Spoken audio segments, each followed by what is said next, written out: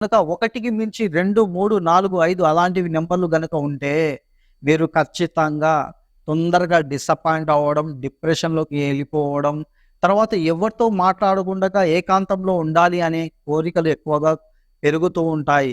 కాబట్టి ఒకవేళ గనక మీ డేట్ ఆఫ్ బర్త్‌లో ఈ 2 నంబర్ ఉంటే దాదాపుగా అంటే 1 ఉంటే పర్వాలేదు గానీ, 1కి మించి ఎక్కువ గనక ఉంటే మాత్రము చిక్కుల్లో పడ్డట్లే. ఇక్కడ మనం చూసుకోవాలి మొబైల్ నంబర్ మీకు టోటల్ నంబర్ చాలా ఇంపార్టెంట్.